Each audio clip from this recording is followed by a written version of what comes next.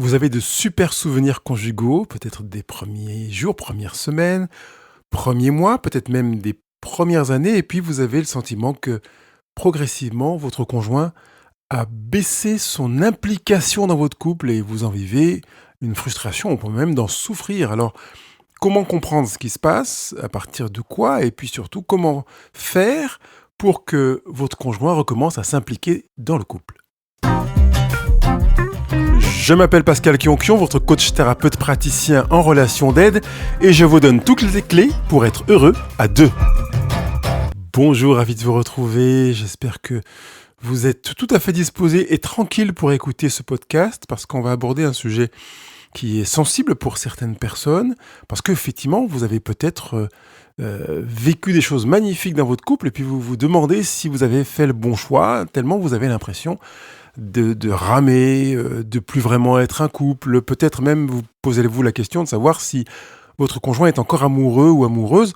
Alors, je voudrais, moi, ne pas répondre à cette question-là parce que ça me paraît personnellement moins à propos que cette question d'implication, parce qu'en réalité, une des raisons pour lesquelles, ou plutôt la raison essentielle pour laquelle on se sépare ou que l'on divorce, n'est pas le fait qu'on n'aime plus l'autre, parce que combien de couples se séparent et divorcent en continuant à aimer l'autre? Parfois même ont commencé à avoir une aventure extra-conjugale avant la séparation définitive, en disant ou en prenant conscience qu'ils aiment encore leur conjoint, ce qui peut poser justement un problème dans le nouveau couple.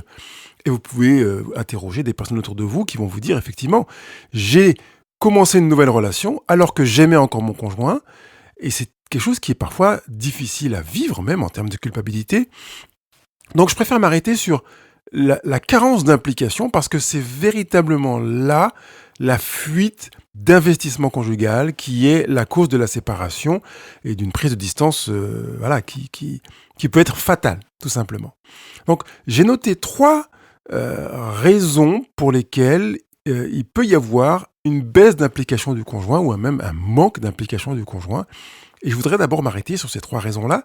Et puis ensuite, j'ai noté 5 actions pour répondre à la question comment faire pour que mon conjoint s'implique comme avant, ou que plutôt notre couple redevienne le couple que l'on vivait avant, même si en même temps c'est un peu utopique parce qu'on n'est pas dans un projet consistant à aller trouver les moyens de faire marche arrière pour revivre le passé, mais plutôt comment faire pour vivre quelque chose dans l'avenir ou dans le proche présent qui ait la même teneur ou avec des bases, des fondements qui sont ceux que nous avions initiés au début de la vie à deux.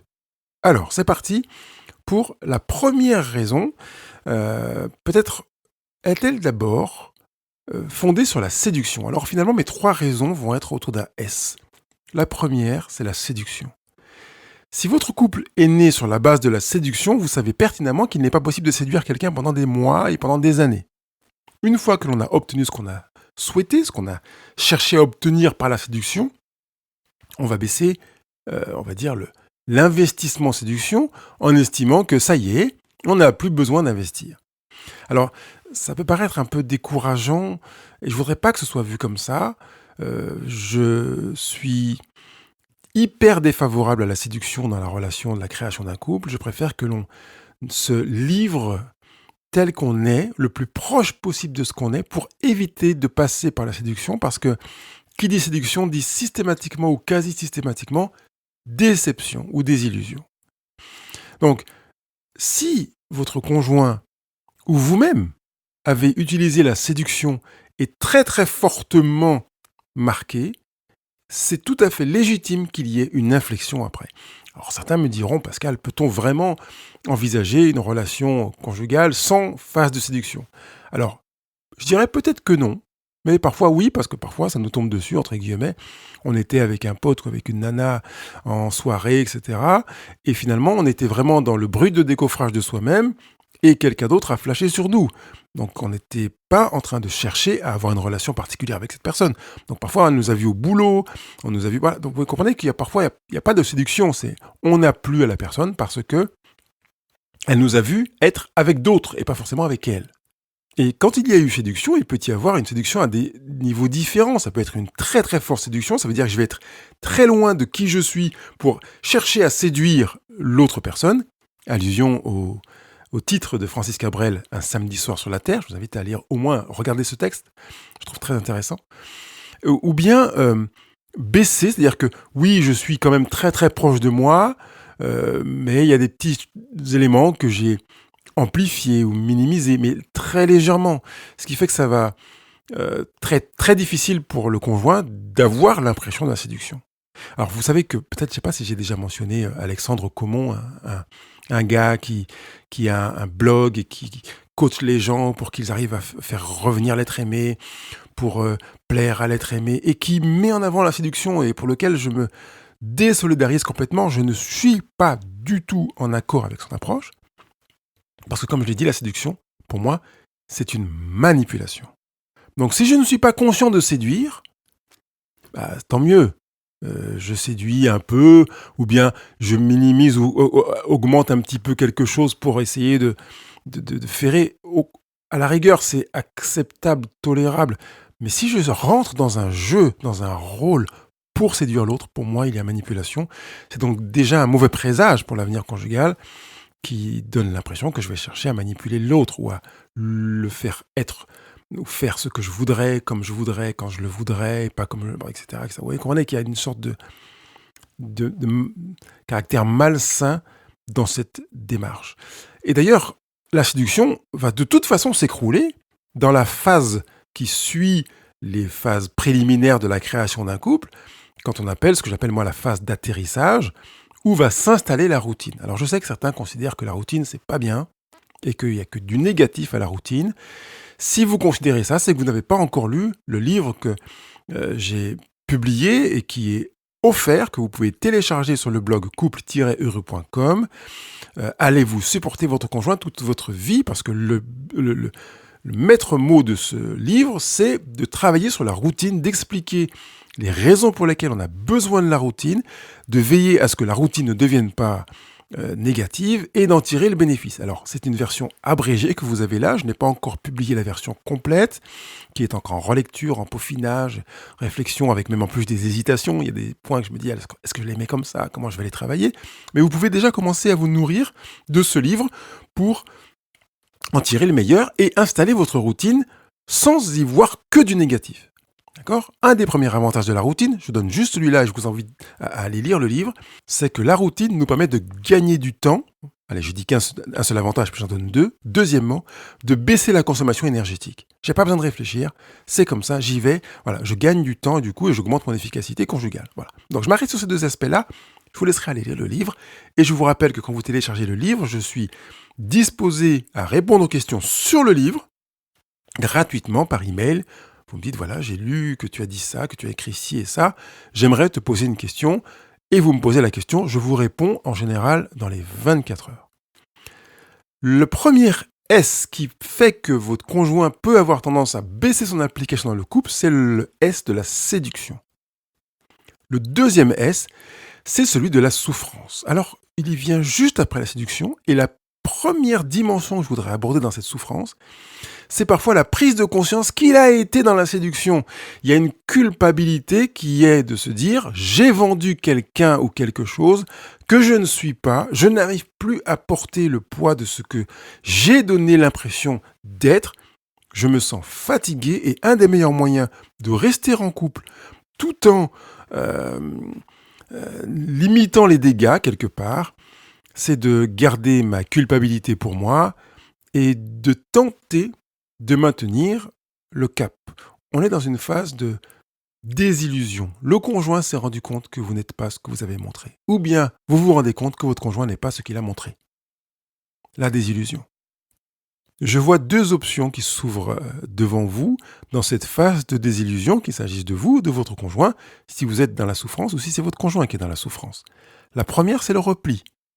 Comme je souffre, que je ne sais plus comment me mettre parce que je n'ai plus envie de m'impliquer dans le couple, eh bien, je me replie sur moi-même. Ça veut dire que je vais vivre ma vie en autarcie, être en relation efficace, donc de contact factuel.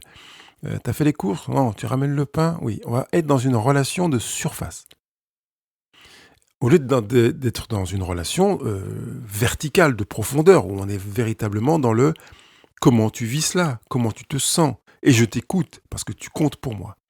Attention, ça ne veut pas dire que la relation de repli signifie que le conjoint ne compte plus. Seulement, on va esquiver les occasions de se rencontrer de manière posée et profonde parce qu'on a le sentiment qu'elle risque de nous pousser à nous dévoiler, à nous déshabiller et finalement à montrer le qui je ne suis pas. Certains conjoints m'ont dit « Si mon conjoint me voyait comme je suis, s'il savait vraiment qui je suis, il ne pourrait pas m'aimer, ce n'est pas possible. » Vous entendez cette préoccupation, je dirais profonde, qui sonne l'alarme de la souffrance. C'est-à-dire qu'on a le sentiment de ne pas être aimable au sens étymologique. Quelqu'un qui ne mérite pas ou qui ne peut pas être aimé. D'ailleurs, est-ce que l'amour peut se mériter ? Je referme juste la parenthèse en vous laissant méditer là-dessus. La deuxième posture dans cette phase de souffrance après une prise de conscience des illusions, après le repli, c'est l'agressivité. On va être agacé, on en a ras-le-bol, on peut être dur, cinglant, ironique, moqueur. Voilà, vous voyez, c'est une manière d'être en relation avec l'autre parce qu'on tient à la relation, mais avec une relation qui montre à l'autre que l'on souffre. Et pour montrer à l'autre que l'on souffre, on va parfois tirer les pics. Vous voyez que la première posture possible était du repli, on va limiter le contact et même prendre une certaine distance pour l'éviter. Alors que dans la posture d'agressivité, on va moins limiter le contact, mais on va utiliser les ponts relationnels pour aller envoyer des pics, tirer sur l'autre et dire « j'ai mal, j'ai mal, j'ai mal ». Quelqu'un qui est agressif est quelqu'un qui souffre. Nous avons généralement tendance à penser que s'il est agressif, c'est qu'il veut faire souffrir. Et je voudrais inverser la lecture. S'il est agressif, c'est parce qu'il souffre. Et si on sait qu'il souffre, on va adopter une autre manière de recevoir cette agressivité. Vous comprenez que ça change complètement notre lecture de la situation, notre lecture du vécu de la personne qui fait preuve d'agressivité. D'ailleurs, la nouvelle lecture, tant par rapport à une personne qui manifeste de l'agressivité que par rapport à une personne qui manifeste du repli, peut nous permettre de choisir d'adopter une approche, et on l'abordera tout à l'heure dans le que faire. Le troisième S après le S de la séduction, de la souffrance, c'est le S de la sclérose. La sclérose, c'est quand l'on commence à se figer. On sent une rigidité, une brutalité, une envie ou une baisse d'envie de faire, une envie que les choses restent comme avant, qu'il n'y ait plus de changement. On n'a plus envie, quelque part, encore une fois, d'investir. À présent, qu'est-ce qu'on fait ? Comment faire pour que mon conjoint s'implique comme avant ou s'implique davantage ? Alors j'ai dit que je vous proposerai 5 actions. Voici la première. Je vais être assez concis sur ces actions. Si vous avez besoin de plus d'informations, vous pouvez tout simplement aller me demander une consultation, par exemple un entretien, que ce soit en solo ou en couple, même si vous êtes en couple, même en solo, ça peut être très aidant pour votre couple. Mais je vous les donne de manière à ce que vous puissiez commencer à en prendre connaissance, premièrement. Deuxièmement, je vais vous mentionner quand j'ai déjà effleurer le sujet sur un podcast pour que vous puissiez aller écouter ce podcast et puis peut-être vous donner envie de travailler avec ces outils en main ou de savoir les amener à la personne qui vous accompagnera si ce n'est pas moi, bien évidemment. Que faire ? Première chose, entendre, et je fais une différence entre entendre et comprendre. Donc, entendre la souffrance, même si vous ne la comprenez pas. Être à l'écoute pour entendre, comprendre que ce n'est pas volontaire. Vous entendez une souffrance, vous entendez un besoin de repli, d'agressivité, vous prenez connaissance d'eux avec bienveillance, de manière à ce que votre conjoint puisse exprimer, sortir de lui, ce qui se passe en lui. Deuxième action à faire, c'est de faire appel à un tiers. Alors évidemment, un tiers professionnel. N'allez pas voir votre tante ou votre patron. Donc faites appel à un tiers qui puisse vous accompagner dans cette prise de conscience de la souffrance, parce que vous pouvez avoir une difficulté à entendre la souffrance qui peut vous concerner dans la mesure où vous êtes dedans. On ne peut pas être jugé parti. Donc c'est difficile d'entendre de manière neutre une souffrance, peut-être des griefs qui vous concernent, quand on n'a pas un tiers médian qui va pouvoir reformuler, veiller à ce que vous puissiez vous exprimer à votre tour et être complètement neutre. Troisième action, redonner de la vie en vous fondant sur la première année. J'ai enregistré un podcast qui s'intitule « L'importance de la première année ». Vous pouvez aller l'écouter.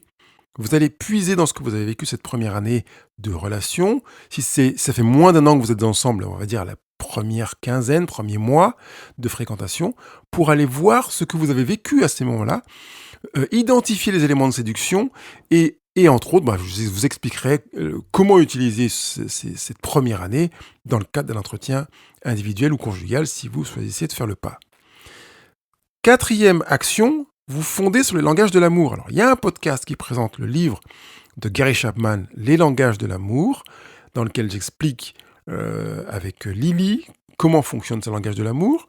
Et puis, évidemment, l'objet de cette action, c'est de rechercher les langages de l'amour de votre conjoint, chercher à les parler sa langue d'amour, pour faire en sorte que cette souffrance qui est sienne diminue progressivement, qu'il sorte du repli ou de l'agressivité, parce qu'il aura le sentiment d'être aimé, d'être comblé, rempli. Je m'arrête là et je vous laisse aller regarder ce podcast ou l'écouter si vous souhaitez l'écouter en audio. Et puis le mieux encore, c'est d'aller chercher le livre et de le lire. Et la 5e action, c'est de pratiquer la loi du 5 pour 1. Je ne m'arrêterai pas beaucoup sur cette loi parce que j'ai aussi enregistré un podcast que je mettrai en lien dans la retranscription de ce jour pour que vous puissiez appliquer cette loi, la vivre, sachant que c'est une loi qui a été fondée par John et Julie Gottman, 2 psychopraticiens spécialisés du couple en Amérique, qui sont peut-être les plus célèbres au monde à ma connaissance, et qui ont mis en place cette loi du 5 pour 1, et vous allez vraiment comprendre la raison pour laquelle elle est en place, parce que quand vous allez l'utiliser, ça va vous faire à vous, mais aussi à votre conjoint, un bien fou. Vous avez donc maintenant compris, avec les 3 S, les raisons pour lesquelles vous avez baissé votre application, ou que votre conjoint a baissé l'application, et que finalement il y a un manque d'investissement dans votre couple, et vous avez 5 clés que je vous ai données, que vous pouvez utiliser. S'il vous plaît, ne vous dites pas je vais en utiliser 1 sur 5 ou 2 sur 5. Utilisez les 5. C'est le trousseau complet qui vous permettra d'ouvrir une porte après l'autre ou des portes simultanément pour retrouver un couple qui soit satisfaisant, dans lequel vous pouvez revivre du bonheur, vous regarder les yeux dans les yeux, avoir du plaisir à être ensemble, prendre du temps pour vous écouter, faire l'amour autrement, sans le subir mais en donnant et en recevant à pleine main. Je vous rappelle que je suis à votre écoute pour toutes vos questions, toutes. Il n'y a aucune question taboue. D'autre part, je vous renvoie vers le livre que j'ai écrit pour vous, dont je l'ai parlé tout à l'heure dans le podcast. Allez-vous supporter votre conjoint toute votre vie, un livre qui traite justement du rituel, de la routine, pour comprendre comment utiliser la routine pour votre bonheur. Alors c'est parti, mettez-vous au boulot et construisez votre bonheur à 2.